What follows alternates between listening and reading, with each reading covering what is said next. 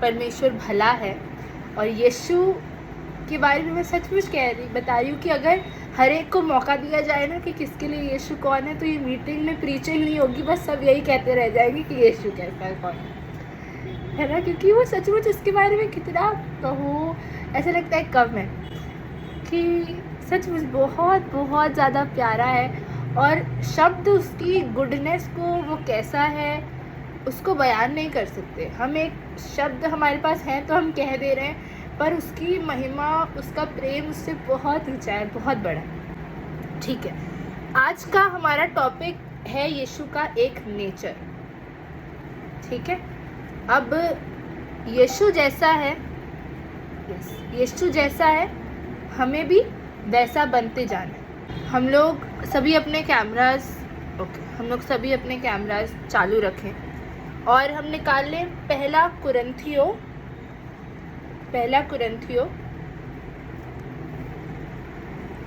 13 का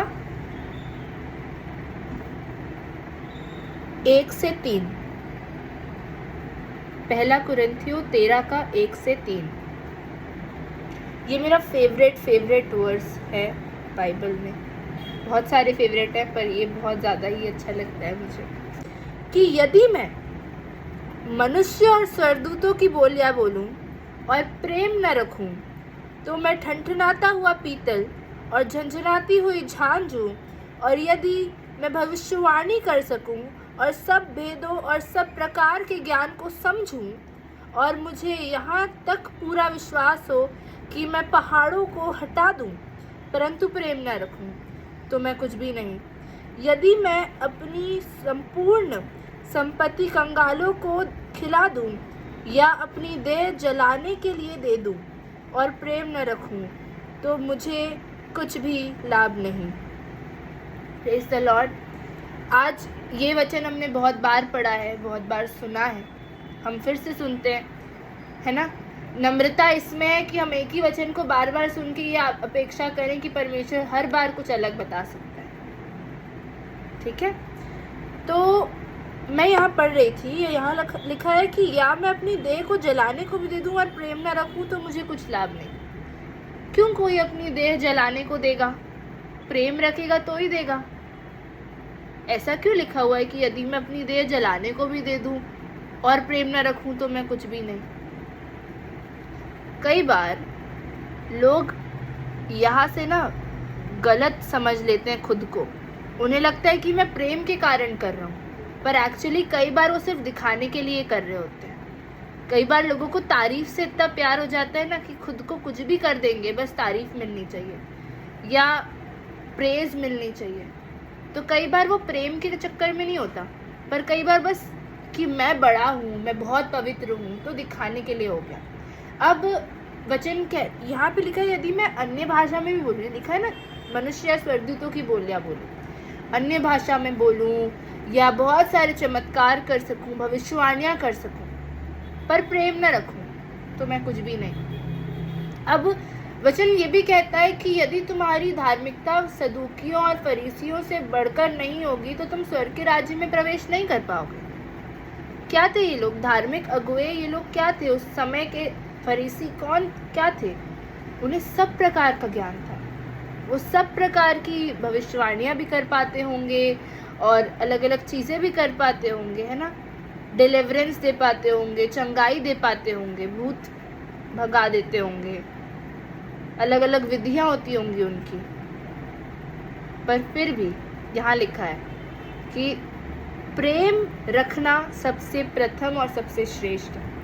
मैंने जब आप लोगों से पूछा कि कौन कौन है जिन्होंने यहाँ धोखा खाया है, तो सबने हाथ ऊंचा किया।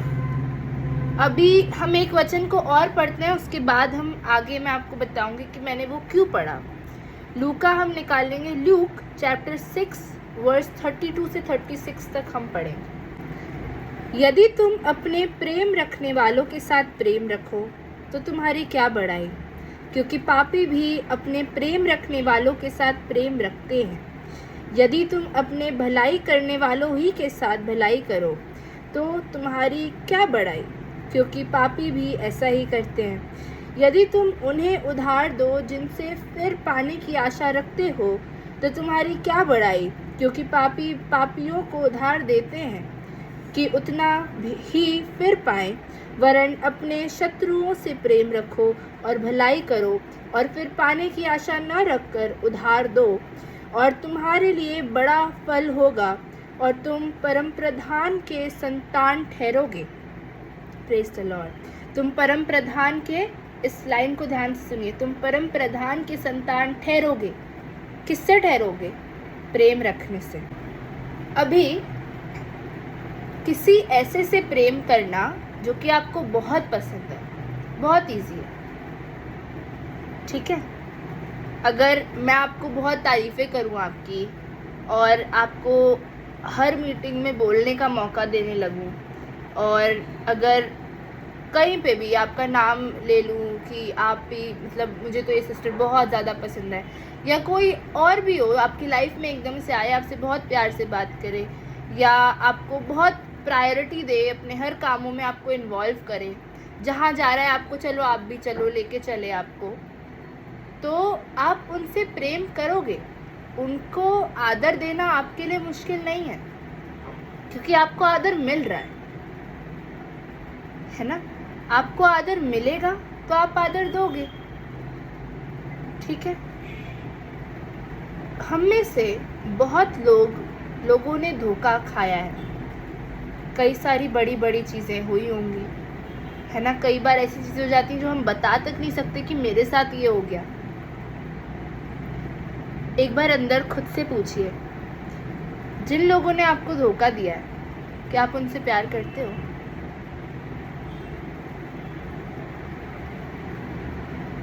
क्या आप उनसे प्यार करते हो? बहुत गलत किया हो सकता है किसी ने।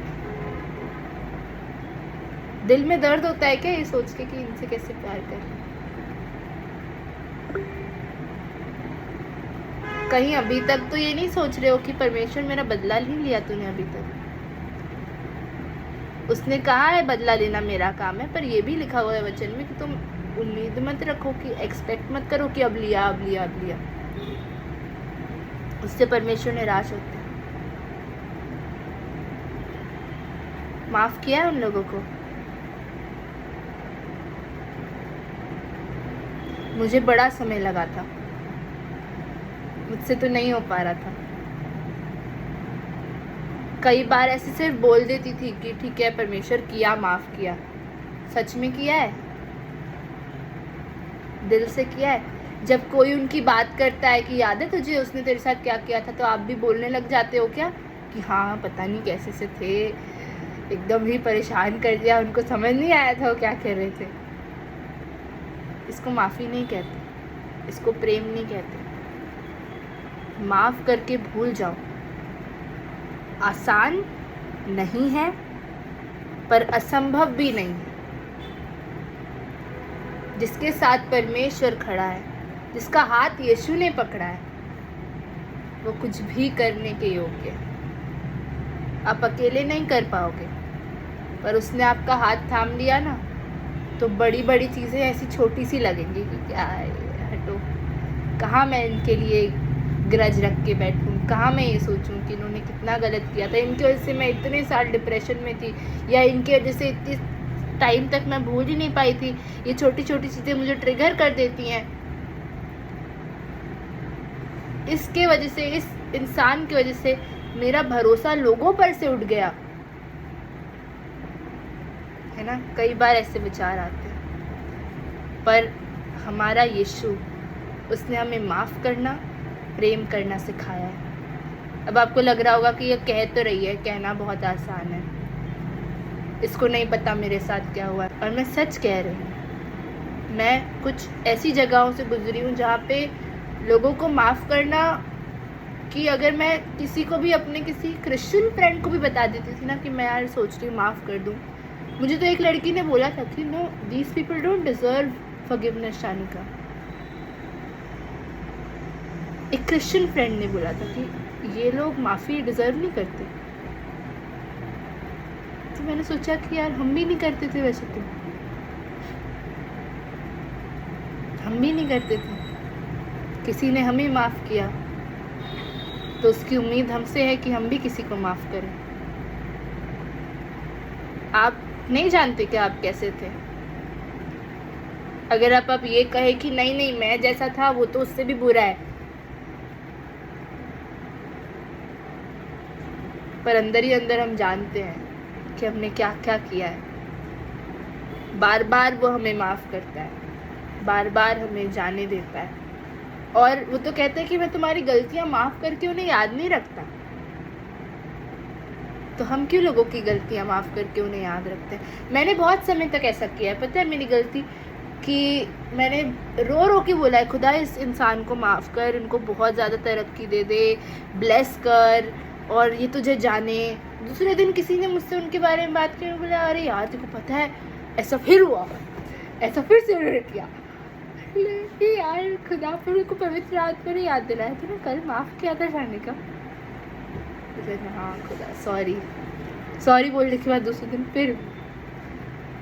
कुछ घाव बहुत गहरे होते हैं तो ऐसे माफ़ करते नहीं होता, पर पता है परमेश्वर में वो सामर्थ है, जब वो आपको सामर्थ देता है हम माफ़ कर पाते हैं। यीशु ने क्रूस पर जब वो चढ़ा तो उसने कहा कि हे पिता इन्हें क्षमा कर, क्योंकि ये नहीं जानते कि ये क्या करते हैं,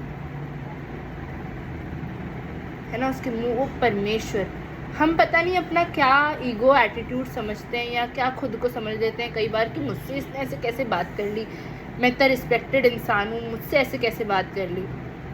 वो जिसने सब कुछ बनाया, जिसके पास पूरी अथॉरिटी थी कि एक आवाज़ लगाता तो सारे स्वर्ग के सारे स्वर्गदूत स्वर्ग छोड़ के उधर आ जाते, क्योंकि उसकी मौजूदगी वहाँ थी। जब वो ये कहने को तैयार है कि इन्हें क्षमा करो क्योंकि ये नहीं जानते कि ये क्या करते हैं, तो हम क्यों लोगों के लिए अपने दिल में चीज़ों को रखते हैं। मैं फिर से कह रही हूँ कि बहुत बुरा किया हो सकता है, एक्सटेंड एकदम ही हाई ले लो कि उन्होंने वो भी कर लिया, चलो फिर भी आपको माफ़ करना है। बाइबल में कोई वो ऑप्शन नहीं है कि इनको कर दो, अच्छा इन्होंने इतना ज़्यादा गलत किया इनको मत करो चलो जाने, नहीं। हर एक को प्रेम करो, ठीक है। हम परमेश्वर के नेचर को, हमें यीशु की तरह बनना, लिखा ना अपना क्रूस उठाओ। क्रूस उठाने में दर्द होता है, पर क्रूस उठाना है ना, यीशु के पीछे चलना है। उसका प्राइस हमें सैल्वेशन फ्री में मिला है। पर अगर आप लोगों में से, मैं उनसे बात नहीं कर रही हूँ जिनको लग रहा है कि ठीक है रोज़ बाइबल बस पढ़ेंगे, यीशु के साथ चले जाएंगे, पर अगर आप वो हो ना जो प्यार करता है उससे, जो चाहता है कि तेरे बिना जीना ऐसा लगता है कि क्या जी रहे हैं, अगर आप उनमें से हो ना और आपको यीशु के पास जाना है, माफ़ करना और प्रेम करना सीखिए। उससे आप उसके बहुत बहुत इतने पास चले जाएंगे ना, वो देखेगा कि अच्छा मेरे बच्चे के साथ ये भी हो गया, फिर भी माफ़ कर रहा है, क्यों? क्योंकि वो मेरे जैसा बनना चाहता है। इसको और पास लाओ ज़रा, समझ रहे हो? लोग जिन्होंने आपको धोखा दिया है ना, उनको धन्यवाद कहो कि तेरे कारण से मैं अपने पिता के और पास जा रहा हूँ। हम अब बहुत लोग ये सोच सकते हैं कि वो तो यीशु था ना, वो तो यीशु था, वो तो कर सकता है। बहुत बार इस व्यक्ति के बारे में ना प्रचार नहीं होता, पर मेरा ये यीशु के बाद ना फेवरेट कैरेक्टर है बाइबल में, फेवरेट पर्सन है। उसके बाद पतरस, पौलुस, ये सब है, पर मेरे को मेरा ना ये बहुत ज़्यादा फेवरेट है। हम निकालेंगे प्रेरितों के काम,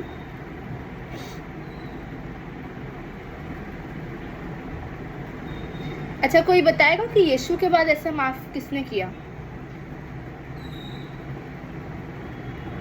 स्तिफनुस ने। वेरी गुड, स्तिफनुस ने। आपने पढ़ा है? किन स्तिफनुस के बारे में पढ़ा है ना? मैं बता रही हूँ कि इसके बारे में ज़्यादा लिखा भी नहीं है, 2 चैप्टर हैं, स्तिफनुस के बारे में बाइबल में। हम निकालेंगे प्रेरितों का काम चैप्टर 7, प्रेरितों का काम चैप्टर 7।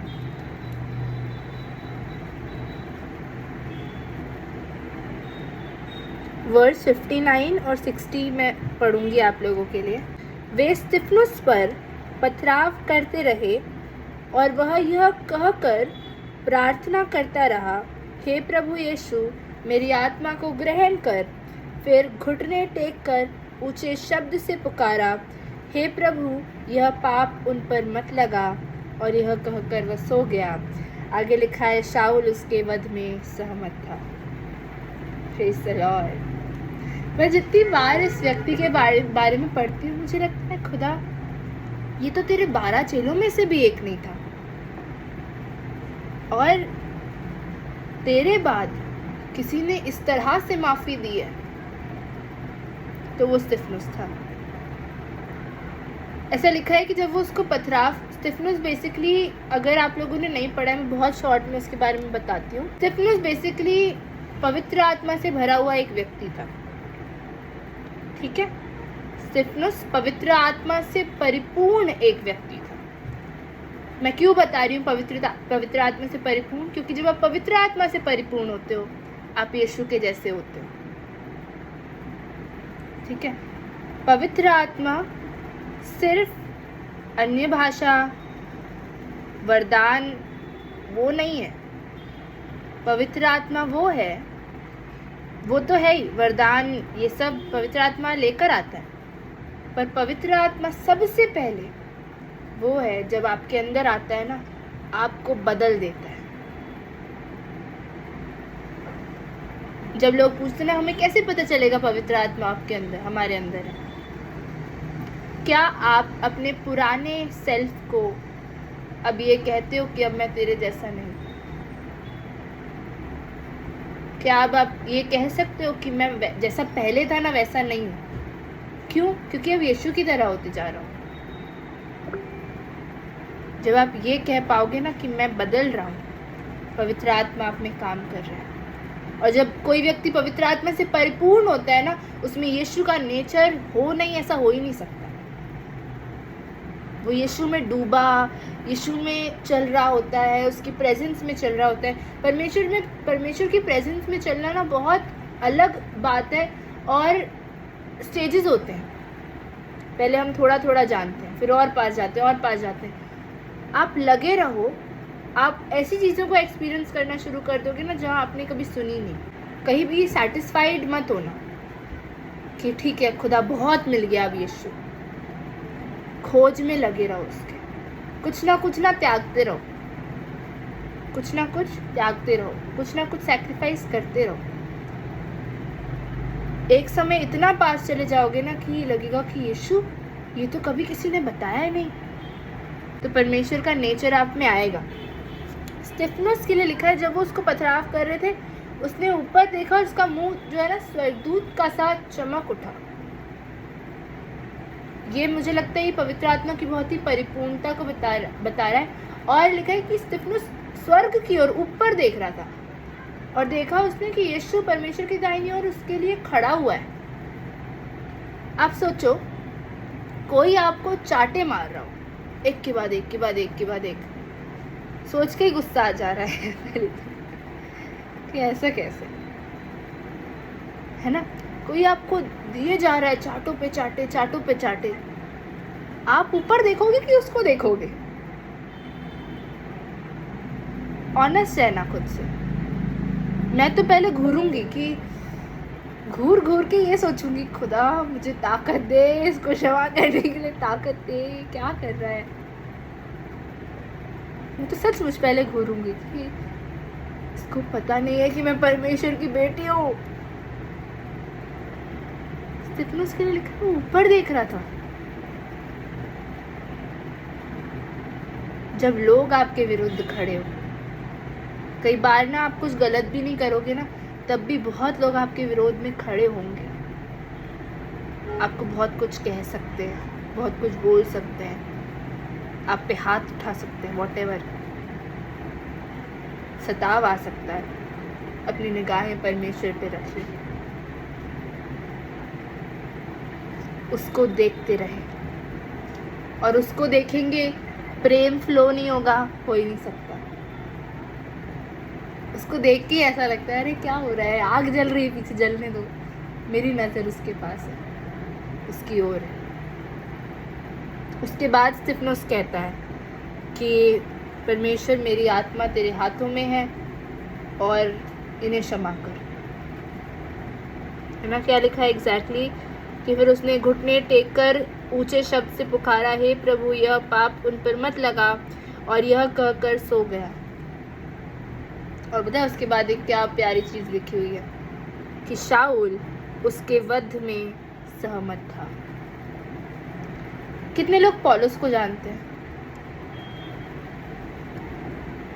हैंड रेस कीजिए। पौलुस को जानते है ना? बहुत बड़ा प्रेरित, बहुत सारी कलीसियाएं बनाई, लेटर्स लिखे, जेल में भी आनंद कर रहा था। आपको पता है, हम पौलुस के बारे में बहुत जानते हैं, पर कई लोग ये नहीं जानते कि जब स्तिफनुस को मारा जा रहा था ना, तो पौलुस वहाँ, शाऊल वहाँ मौजूद था। और स्तिफनुस के माफ़ करने की वजह से मैं ये विश्वास रखती हूँ कि अपने जब परमेश्वर का धर्मी जन माफ़ करता है ना, तो परमेश्वर उस माफ़ी को ग्रहण करता है।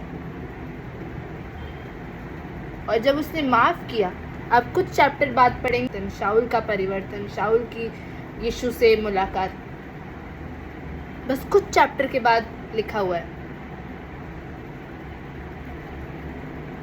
मैं ये विश्वास रखती हूँ, जब शाऊल वहाँ मौजूद था, पौलुस वहाँ मौजूद था, उसके स्तिफनुस के वध किए जाने में, स्तिफनुस ने जब हर एक को माफ़ किया, तो वो भी वहाँ माफ़ हुआ और परमेश्वर के सामने माफ़ी ग्रहण की गई। और अगर वो पौलुस आगे जाके यीशु से मिला, तो वो दया है यीशु की, जो कि उस माफ़ी के थ्रू फ्लो हुई। कई लोग ऐसे होंगे जो कि आपको बहुत सताते हैं, या जिनसे आप प्यार रखते हो उनको बहुत सताते हैं। कई बार हम जिनसे प्रेम करते हैं, जब लोग उनको तकलीफ़ पहुंचाते हैं ना, तो हमें बहुत उनके लिए गुस्सा आ जाता है, नफ़रत आ जाती है कि मेरे क्लोज वंस को कैसे बोल दिया इन्होंने।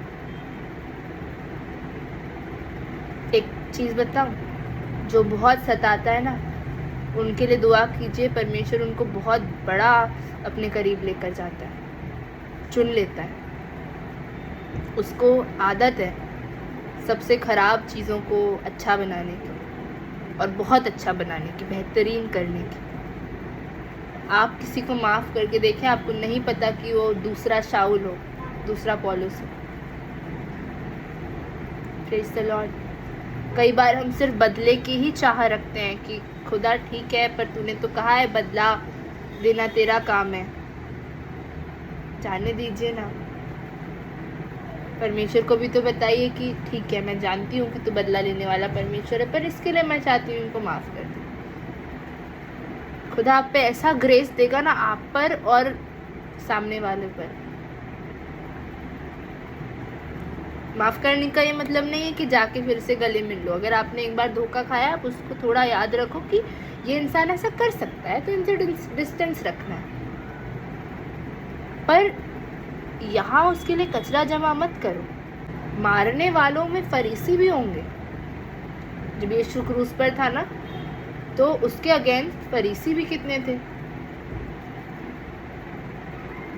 यीशु कभी उनसे, फरीसियों ने तो उससे बड़ा परेशान किया है। जहाँ जाता था वहीं चले जाते थे, उससे क्रॉस क्वेश्चन करने लग जाते थे। यीशु ने ये नहीं कहा माफ़ करते समय कि पिता, इनमें से इनको छोड़ के इनको माफ़ कर दो। उसने सबके लिए कहा कि हे पिता, ये नहीं जानते ये क्या करते हैं, इन्हें क्षमा कर। कई बार माफ़ करना, प्रेम करना बहुत मुश्किल हो सकता है, पर हमें उसे करना नहीं रोकना है, क्योंकि वो दिखाता है कि यीशु कौन है। जब आप ऑफिस जाते हैं, जब आप कॉलेज जाते हैं, स्कूल जाते हैं, कहीं भी जाते हैं, बहुत लोग हैं यीशु को नहीं जानते, आपको जानते हैं, आपको नीचा दिखाए ना, आपको टेढ़ा चले आपसे, आपको क्रॉस क्वेश्चन करें, बहुत हद से ज़्यादा प्यार से बात करो। नहीं आ रहा है ना, अंदर से गुस्सा आ रहा है ना, मार के खुद को प्यार से ही बात करो। प्यार लोगों को जीतने की पूरी ताकत रखता है। वो यीशु को नहीं जानते, आपको जानते हैं ना। यीशु के बादलों पर आने से पहले वो यीशु को आप में देखने वाले हो सके। आपकी गवाही सिर्फ शब्दों में ना हो, आपकी गवाही एक्शंस में होने वाली हो सके। समझ रहे हैं? जब घर पे आपको यीशु के नाम लेने की वजह से सताया जाता है, कई बार जो लोग विश्वासी घर में नहीं रहते, रिएक्ट करने की जरूरत नहीं है, स्माइल कर दो, चुप रहो। और उल्टा उनकी बातें जो आपको, ऐसी बातें नहीं जो वचन के अगेंस्ट है, पर जो बातें की ज्यादा काम करवा रहे हैं, कर लो, चुप रह के कर लो। परेशान करने के लिए ज़्यादा काम करवा रहे हैं, ज़्यादा काम दे रहे हैं, ये भी कर दे, वो भी कर दे, ये भी कर दे, कर दो। तकलीफ होगी, इस प्रोसेस में आप हम्बल भी होंगे और आप उन्हें जीतना भी शुरू कर देंगे।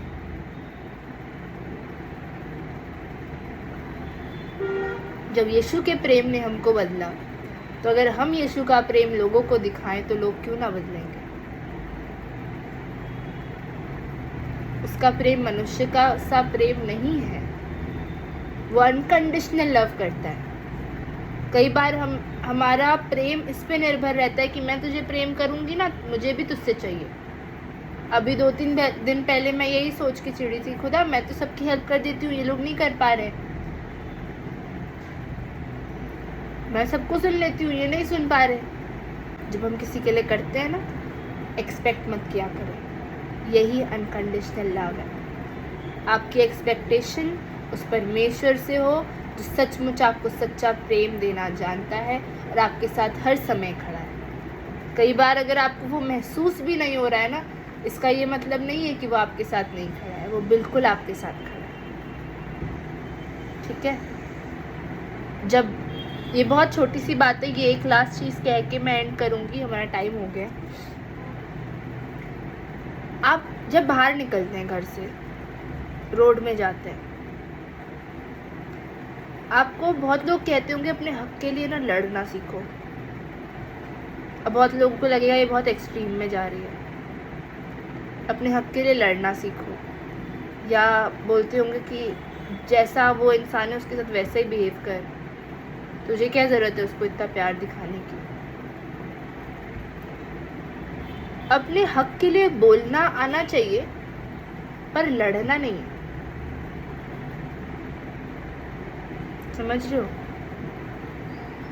अब जैसे छोटे छोटे एग्जाम्पल देख लेते हैं। कोई टैक्सी वाला है, ये मेरे साथ हुआ है, मैंने प्रैक्टिस किया है इसलिए मैं बता रही हूँ। ठीक है? एक मेरे साथ था, एक ऑटो वाला था, उसको वो जा रहा था, मैंने उसको कहीं रुकवाया कि भैया एक को और पिक करना है। वो जो आ रहे थे ना, उनको लेट हो गया। मेरी एक फ्रेंड थी, वो आ रही थी, उसको लेट हो गया।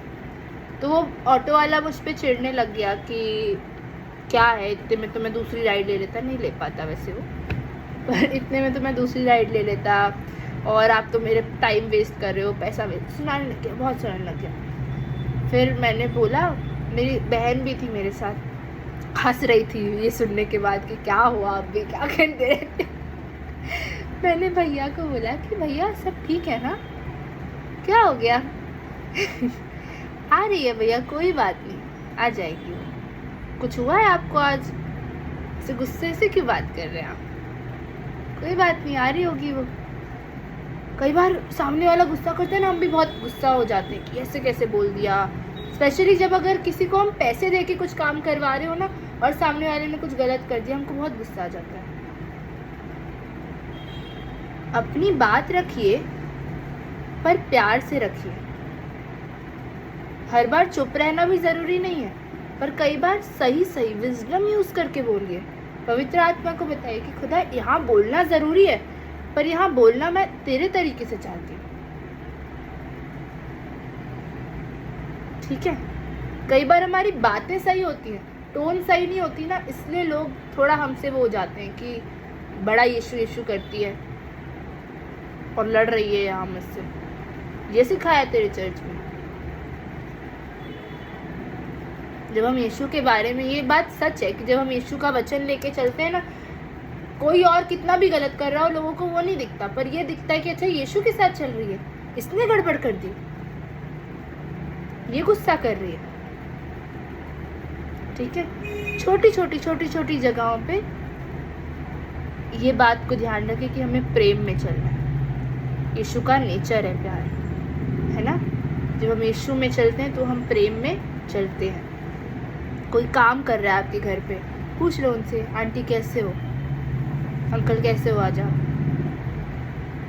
कोई आपको चिल्ला रहा है, पार्सल वाला आया, OTP नहीं आपको मिल रहा, बहुत चिल्ला रहा है, फ्रस्ट्रेट हो जा रहा है कि कितना घर ढूंढना मैंने आपका, तो भैया पानी पियेंगे, कोई बात नहीं, सॉरी। सॉरी एक बहुत अच्छा शब्द है ना, पर उसको मीन करके बोला कीजिए। परमेश्वर को भी, उसको भी सॉरी कह रहे हैं ना, तो मीन कीजिए कि ठीक है अब नहीं करूँगा, पूरी कोशिश करूँगा नहीं करूँगा, ठीक है। परमेश्वर आप सभी के साथ है। आज हमने प्रेम के बारे में सीखा कि हमें कैसे हर हालातों में उनसे भी प्रेम करना है जो कि आपसे नहीं कर पा रहे, ठीक है। उनसे भी प्रेम करना है जो आपको अलग अलग कर देते हैं कि इसको हटाओ, ये तो बहुत ही यीशु यीशु करती रहती है, उनसे भी प्रेम करना है, ठीक है। हम में यीशु का वो नेचर आया कि ये पिता ये नहीं जानते ये क्या करते हैं, इसलिए इन्हें क्षमा कर, और परमेश्वर आपकी सहायता करेंगे। अनुग्रह के द्वारा हर एक चीज़ संभव है।